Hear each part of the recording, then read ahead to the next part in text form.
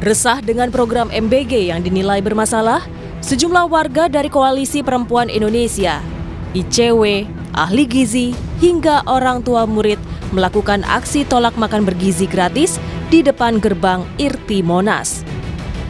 Mereka menuntut Lembaga Badan Gizi Nasional dan Presiden bertanggung jawab atas keracunan di berbagai wilayah serta mendesak membuka hasil investigasi kasus keracunan massal MBG. Menganggap punya keresahan yang sama bahwa program MBG ini sudah sangat bermasalah begitu ya. Apalagi jumlah keracunan itu sudah lebih dari 7.000 anak. Itu adalah data yang terungkap. Kami hari ini menuntut untuk program MBG ini dihentikan, begitu ya, dihentikan kemudian dievaluasi secara total, kemudian dibuka ke publik penggunaan anggarannya, penggunaan dananya yang sudah selama ini digunakan hampir 1 tahun ya, baru mau 1 tahun begitu, itu dibuka ke publik, dijelaskan karena anggarannya ini sangat besar.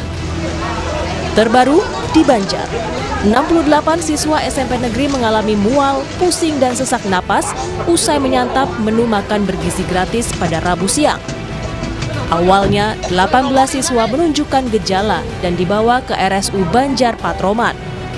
Namun jumlah terus bertambah. Di Jakarta, sebelumnya, SDN Negeri 1 Gedong di Pasar Rebo, Jakarta Timur terpaksa memberhentikan program MBG pasca 21 siswanya mengalami keracunan. Kepala Badan Pengawasan Obat dan Makanan menyebut, dari uji laboratorium terhadap sampel MBG di beberapa wilayah, 17% sampel yang diuji positif mengandung bakteri. Dan sejumlah kasus ditemukan dari SPPG yang baru beroperasi. Dari pemantauan kami bahwa at least terkonfirmasi yaitu 17-16% dari data kami yaitu mikrobiologi yaitu Staphylococcus, Bacillus, Salmonella, serta dari kimia terkonfirmasi yaitu histamin. 18 dari 19 SPPG yang bermasalah tadi ternyata itulah semua yang masih menimbulkan masalah sekarang ini, sehingga kita lihat mulai dari bulan Juli sampai dengan September awal ini itu meningkat karena masalahnya di SPPG tersebut.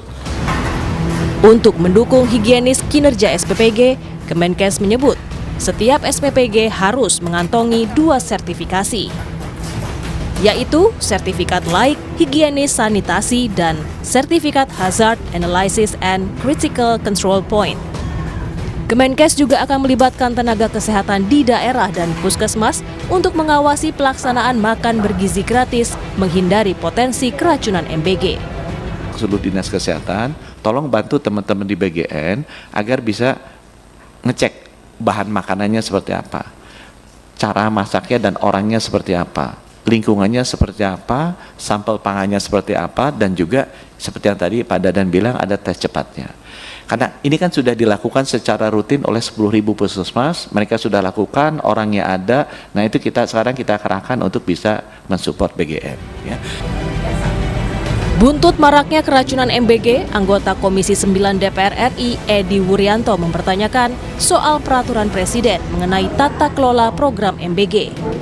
Ia menyebut telah berkali-kali menagih perpres soal MBG, namun tak kunjung terbit. Kapan perpresnya turun, Pak? Anda bisa bayangkan 82 juta penerima manfaat makanan siap saji di seluruh wilayah Indonesia. Kalau Anda nggak punya perpres, bagaimana Anda mau melibatkan kementerian lintas sektoral dan pemerintah daerah? Ini mau sampai kapan ini turunnya ini? Ya pasti gaduh, Pak. Yang buat gaduh Anda sendiri. Kami sudah mengingatkan beberapa kali, kapan perpresnya turun. Sebelumnya, Kepala BGN Dadan Hindayana menyebut Perpres Tata Kelola MBG akan ditandatangani Presiden dalam minggu ini. Sejumlah evaluasi sudah diterapkan pasca keracunan massal MBG, diantaranya dengan melibatkan komite sekolah untuk pengawasan MBG serta membatasi jumlah penerima manfaat bagi SPPG yang kemampuannya terbatas. Yang diselesaikan terkait Perpres Tata Kelola Makan Bergizi yang mudah-mudahan minggu ini sudah ditandatangani oleh Bapak Presiden, karena ini dukungan terhadap program makan bergizi sudah sangat urgen dilakukan, tidak hanya masalah keamanan, sanitasi, higiene, penanganan korban, tapi juga kebutuhan rantai pasok yang semakin besar. Pemerintah perlu segera melakukan evaluasi dalam tata kelola pelaksanaan MBG pasca ratusan siswa mengalami keracunan. Jangan sampai program yang bertujuan meningkatkan kualitas sumber daya manusia ini justru menjadi bumerang bagi pemerintah karena penolakan dari masyarakat. Tim Liputan, Kompas TV.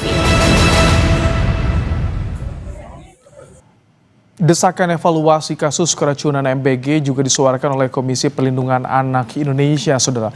Lebih lengkap soal ini kita akan bahas bersama dengan Komisioner KPAI, Diah Puspitarini. Selamat malam, Assalamualaikum Bu Diah. Selamat malam Mas Ibrahim. Waalaikumsalam. Bu Diah, evaluasi, investigasi tengah dilakukan, tapi ini keracunan masih terus terjadi. Tadi Garut 148. Apa yang salah? Apa yang harus segera diperbaiki sebetulnya ini Bu Diah kalau dari KPAI melihatnya? Jadi begini, kami sudah melakukan pengawasan ini sejak bulan Juni Mei 2025 hingga kemarin Mas. Saya kemarin turun sendiri di SMP Negeri 10 Cirebon yang MBG-nya baru berjalan 2 hari. Jadi kami ketika melakukan analisis dan kajian itu tidak berdasarkan ini sudah berjalan, yang baru saja pun kami lakukan pengawasan secara langsung. Nah, kami memang melihat sejak dari awal KPAI sudah menyampaikan bahwa ini bukan program yang mudah. Yang kedua, sesuai dengan prinsip pelindungan anak, ini kan semua harus kembali ke kepentingan terbaik bagi anak. Dengan artian ketika mengedepankan kebijakan yang berpihak pada anak, itu dilihat dulu, ya, dilihat dulu bagaimana kondisi anak, bagaimana kesiapan seluruh stakeholder. Ingat Mas, untuk anak itu tidak hanya satu tanggung jawab satu lembaga, misalnya BGN saja. Itu sebenarnya sejak dari awal kami mengingatkan bahwa untuk makan bergizi gratis ini harus melibatkan seluruh stakeholder. Kalau temuan dari KPAI bagaimana ketika mengecek langsung ke SPPG termasuk yang baru dibangun? Apakah ada kejanggalan dari tata kelola atau seperti apa KPAI melihatnya? Kemarin Mas, baru hari Selasa ya, kami ke Cirebon dan SPPG-nya kebetulan hanya berjarak sekitar 10 meter dari sekolah yang kami awasi. Ya memang saat itu masih kondisi fresh ya, karena baru 2 hari beroperasi. Tetapi ketika kami melihat kondisi SPPG-nya memang masih belum lengkap ya istilahnya, masih ini menyesuaikan, ini seadanya dan lain sebagainya. Jadi di sini terlihat bahwa ternyata masih ada kekurangan siapan ya dari sarana dan prasarana, kemudian juga bagaimana proses distribusinya. Nah, persoalan yang terjadi hari ini kan satu, bahan baku, kemudian yang kedua higienitas, kemudian yang ketiga jarak itu mempengaruhi Mas. Kemudian yang keempat adalah bagaimana nanti ketika anak-anak ini menyantap, seperti hanya misalnya di sekolah.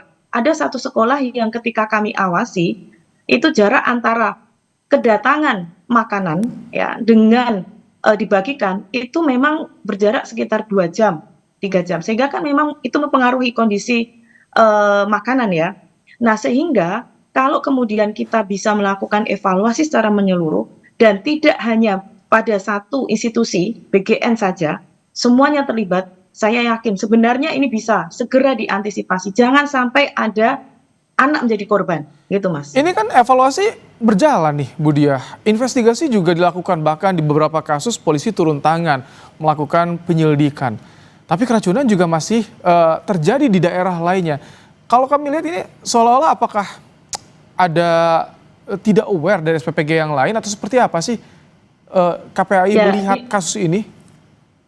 Oke, begini Mas, sekarang ini kan semua seolah-olah melakukan evaluasi sendiri-sendiri. Bisa nggak Kalau evaluasinya itu bersamaan, misalnya Mas, berkoordinasi dulu di daerah Garut misalnya ya, kepolisian, dinas kesehatan, BPOM, kemudian dinas pendidikan, kemudian DP3, P2KP misalnya ya, dan dinas sosial sekalian duduk bersama. Ini nanti bagian ini evaluasi bagian ini evaluasi bagian ini dilakukan di sini, ini dilakukan di sini. Itu kan bisa Mas seperti itu.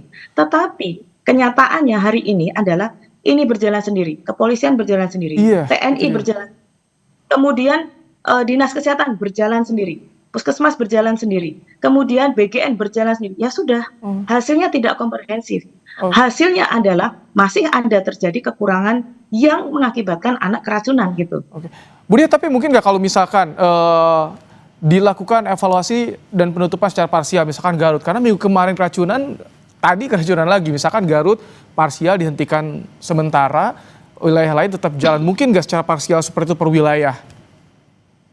Sebenarnya begini Mas, secara umum kami menawarkan 2 alternatif ya. Yang pertama adalah program ini dihentikan dulu, terutama di daerah-daerah KLB ya. Dihentikan ini bisa 1 minggu, 2 minggu ya. Dan kalau sudah kita evaluasi menyeluruh, termasuk anak-anak yang keracunan ini kembali pulih begitu ya. Nah, itu mungkin akan lebih baik seperti itu. Nah, alternatif yang kedua, program tetap berjalan, tetapi sesegera mungkin duduk bersama. Karena kalau tidak duduk bersama, ya sudah Mas, akan terjadi lagi. Dan terus menerus ya. Nah, makanya 2 alternatif ini kita tawarkan di seluruh Indonesia, terutama daerah-daerah dengan KLB. Karena kita berhitung dengan nyawa, kita berhitung dengan tumbuh kembang anak, dan kita juga berhitung dengan bagaimana sustainability program ini selanjutnya. Ini sudah mau setahun. Nah, kalau kemudian ada tuntutan anggaran dan lain sebagainya, itu nanti. Tetapi yang terpenting adalah rescue-nya, emergency yang harus dilakukan untuk anak-anak. Itu. Memang kalau kita bicara anggaran ya besar sekali Mas. Kalau dilihat dari SPPG yang sudah berjalan, dan kemudian juga mohon maaf kami juga menemukan beberapa menu tidak sesuai, itu memang perlu dipertanyakan. Saya setuju itu. Ya, tidak hanya saya, KPAI dan kita semua setuju. Tetapi kita juga harus melihat mana yang harus didahulukan, emergensi dulu, dan itu adalah yang anggaran adalah bisa nanti setelahnya. Gitu, kalau sertifikasi yang didorong oleh Kemenkes untuk dipercepat 2 sertifikasi bagi SPPG, apakah itu juga bisa jadi solusi jaminan kalau ke depan angka keracunan bisa berkurang? Sedikit banyak itu bisa Mas. Tetapi ingat, tidak hanya itu juga ya. Saya kira person atau orang-orang yang terlibat di SPPG itu juga perlu kita pahamkan loh Mas. Mohon maaf ya, mereka kan juga belanja, mereka juga datang. Nah, ketika bahan baku itu datang, siapa yang bersinggungan langsung? Ya mesti kan mereka yang orang-orang yang ada di SPPG itu. Nah, itu juga harus dipahamkan. Dalam artian lembaganya kita sertifikasi, tetapi personalitinya juga harus kita dorong untuk ditingkatkan lagi. Nah, masalahnya lagi kami menemukan, mohon maaf Mas, orang-orang teknis di belakang layar itu ada yang mohon maaf mereka lulusan SD, mereka lulusan SMP, ya yang penting bekerja. Nah, sementara kita kan perlu juga orang-orang yang harus paham bahwa kalau udah bau kayak gini ini nggak bisa diproses. Ya, kalau sudah warnanya sudah berubah seperti ini nggak bisa dimasak lagi. Ada pengawasnya nah, yang kompeten, pengawas yang kompeten dan juga selalu memberikan edukasi tentunya agar sehatlah anak-anak yang mendapatkan MBG. Terima kasih Bu Diah Puspitarini, anggota komisioner KPAI telah bergabung di program Kompas Malam hari ini. Terima kasih.